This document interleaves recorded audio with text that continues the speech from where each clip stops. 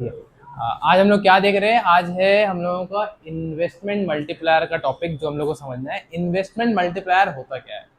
अभी देखो, एक कहानी से समझते हैं हम लोग कि अगर आज के दिन में हम एक फैक्ट्री ओपन करते हैं, तो उस फैक्ट्री ओपन करने में लेट से 100 करोड़ लगने वाला है। तो वो 100 करोड़ हम लोग क्या करेंगे? कहीं ना कहीं स्पेंड करेंगे। लैंड खरीदने में स्पेंड होगा, तो फिर जो लैंड ओनर है उसका इनकम हो जाएगा। ठीक है, हो गया स्पेंड, एक कंजम्पशन एक्सपेंडिचर किया। इसके अलावा क्या क्या हो सकता है? मशीन खरीद रहे, तो मशीन खरीदने में भी स्पेंड होगा वो 100 करोड़, कुछ पार्ट उसका। फिर लेबर हायर करने में कुछ स्पेंड होगा। तो ऐसे कर करके बहुत सारा खर्च करेंगे हम। तो ये जो इन्वेस्टमेंट है, ये मेरा तो इन्वेस्टमेंट है, लेकिन इस इन्वेस्टमेंट की वजह से किसी ना किसी का इनकम हो रहा है। अब जिस इंसान का इनकम हो रहा है, अब हम 100 करोड़ इन्वेस्ट किया है, तो 100 करोड़ कुछ ना कुछ लिया है हम 100 करोड़ में, तो सामने वाला इंसान का मल्टीपल इंसान का इनकम हुआ होगा। तो नेशनल इनकम अगर हम लोग देखें ओवरऑल पूरा इकोनॉमी के हिसाब से, तो कहीं ना कहीं पूरा इकोनॉमी में 100 करोड़ का इनकम तो कंफर्म एक्स्ट्रा हुआ है मेरा इन्वेस्टमेंट की वजह से। इसके अलावा इसके अलावा क्या हुआ होगा? जो इंसान का इनकम हुआ, लेट्स से हम एक मशीन खरीदा था, 5 करोड़ है ना, 100 करोड़ है ना, उसमें से 5 करोड़ का एक मशीन खरीदा। तो वो 5 करोड़ का मशीन जिससे हम खरीदा, उसका तो इनकम हो गया ना। तो वो जब इनकम कमाया पाँच पाँच करोड़ का, उस 5 करोड़ क्या वो कहीं और खर्च नहीं करेगा? ऑब्वियसली करेगा। तो वो शायद घर का कुछ सामान ले, शायद वो कुछ प्रॉपर्टी ले ले उस 5 करोड़ से, कुछ भी इन्वेस्ट मल्टीपल जगह वो खर्च कर सकता है। तो जैसे ही वो जो सेकंड पर्सन है जो हमको मशीन दिया था, बेसिकली वेंडर जो मशीन हमको बेचा था, वो वेंडर का भी इनकम हुआ, और वो इनकम फिर वो किसी पे खर्चा करेगा, थर्ड पर्सन पे, वो थर्ड पर्सन का फिर इनकम हो जाएगा। तो ऐसे कर करके तुम अगर देखोगे ना, तो मल्टीप्लाई होता जाएगा इनकम। एक 100 करोड़ का इन्वेस्टमेंट तुमको इनकम जो देगा ना, वो बहुत ज्यादा दे देगा। मतलब तुम इन्वेस्ट कर रहे हो कंट्री में 100 करोड़, लेकिन कंट्री का नेशनल इनकम जो बढ़ेगा वो 100 से नहीं बढ़ेगा, हो सकता है वो 500 करोड़ से बढ़ जाए, यानी 5 गुना। तो ये जो 5 टाइम्स है ना, इसी को हम लोग बोलते हैं इन्वेस्टमेंट मल्टीप्लायर। तो अगर इन्वेस्टमेंट मल्टीप्लायर सीखेंगे क्या होता है, बट अगर उसका आंसर 5 आ रहा है, तो इसका मतलब क्या है? आज अगर हम 1 रुपये इन्वेस्ट कर रहे हैं, तो उसके वजह से पूरा कंट्री का नेशनल इनकम या इक्विलिब्रियम इनकम बोल दो, वो 5 रुपये से बढ़ेगा। ठीक है, अब ये कैसे होता है इसका एक एग्जाम्पल ले लेते हैं। देखो यहाँ पे बहुत सारा राउंड चलेगा, बहुत सारा, ये जो हम लोग अभी समझा ना एग्जाम्पल, ये बहुत लंबा चेन हम लोग जा सकते हैं समझने के लिए, लेकिन एक ऑब्वियसली इतना बड़ा इतना टाइम है नहीं, इतना जगह स्पेस भी नहीं है। एक्सेल में तुम लोग चेक कर सकते हो वो, बट अभी ऐसी 4-5 से समझते हैं। सबसे पहला चीज़ कि हम लोग यहाँ पे 5 राउंड ले रहे हैं। चेंज इन इन्वेस्टमेंट, पहली बार हम लोग क्या किया? 100 का इन्वेस्टमेंट किया। तो ये 100 का जब हम इन्वेस्टमेंट किया, तो किसी का इनकम हुआ होगा। 100 का इन्वेस्टमेंट किया, किसी का इनकम हुआ होगा। ठीक है, ये जो इनकम हुआ होगा, जिसका भी इनकम हुआ होगा, क्या वो इस इनकम का पूरा अमाउंट पूरा खर्चा कर दिया क्या?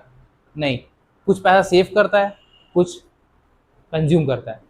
तो लेट्स अज्यूम कि उसका एमपीसी है 0.80। इसका मतलब जो भी इंसान का इनकम हुआ होगा, 0.80 कंज्यूम कर लिया, मतलब वो और खर्च कर दिया, और बाकी का 0.20 सेव कर लिया। तो देखो यहाँ पे कितना हो रहा है, 100 × 0.8 कितना, 80। इसका मतलब जो भी इंसान है, अच्छा हम लोग एग्जाम्पल लेते हैं ना, तो एग्जाम्पल लेते हैं, जकी जो है वो इन्वेस्ट किया 100 करोड़। फर्दर 100 करोड़ जो है वो इफ्रा को दिया। इफ्रा को क्यों दिया? कुछ सामान खरीदा था।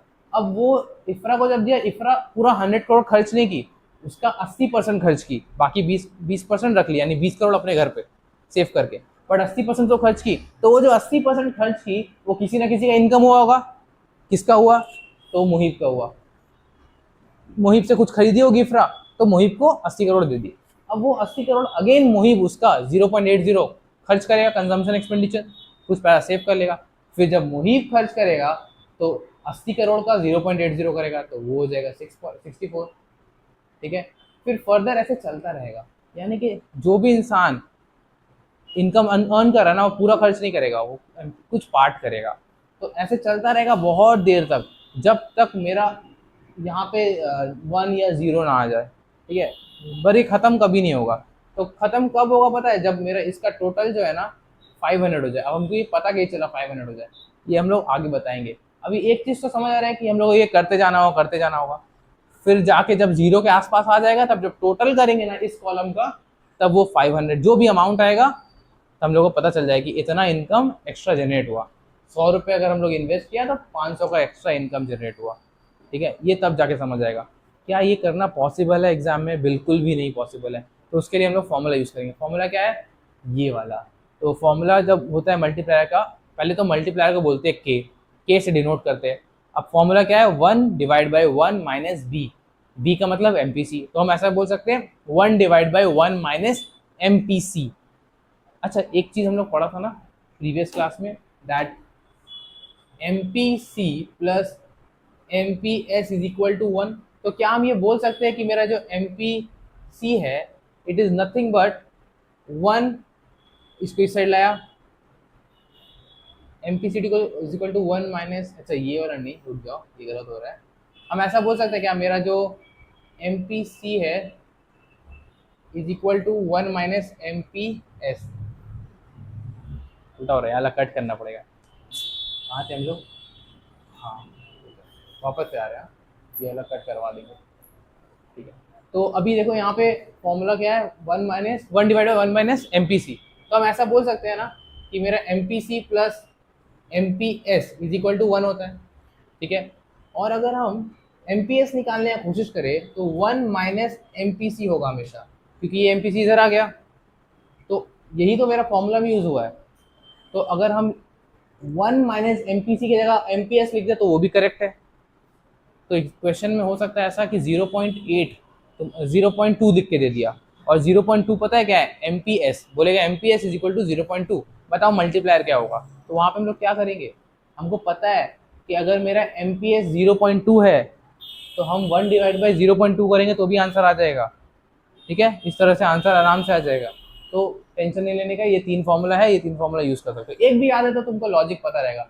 बी को बी ही के जगह में एमपीसी लिखते हैं ना हम लोग, B is nothing but MPC, और 1 माइनस एमपीसी की जगह में एमपीएस लिख सकते हैं। तो तीनों एक ही फॉर्मूला है एक्चुअल में। ठीक है, तो यहाँ तक क्या हो रहा है मेरा? ये फॉर्मूला से मल्टीप्लायर निकल जाता है। तो एक काम करते हैं, कोशिश करते हैं इसी फॉर्मूला से इस टेबल का मल्टीप्लायर निकालते हैं। तो कैसे निकलेगा? देखो ये वाला फॉर्मूला है अपने पास, 1 डिवाइड बाई 0.8। ये 0.8 कहाँ से आया? ये देखो क्वेश्चन में हम लोग यूज किया था। जैसे ये करेंगे 5 आंसर आ जाएगा। 5 का मतलब अगर हम 1 रुपये इन्वेस्ट करते हैं तो 5 गुना इनकम एक्स्ट्रा होगा मेरा कंट्री में। तो देखो इन्वेस्ट करने के 100, तो 100 का 5 गुना 500, तो यहाँ पे टोटल 500 ही आंसर आएगा हमेशा। तुम लोग चाहो तो एक्सेल में चेक करना, वहाँ पे आंसर मैच कर जाएगा। इसके अलावा अगर मेरा इनकम 500 से बड़ा है तो मेरा कंजम्पशन कितना से बड़ा होगा? कैसे पता करेंगे?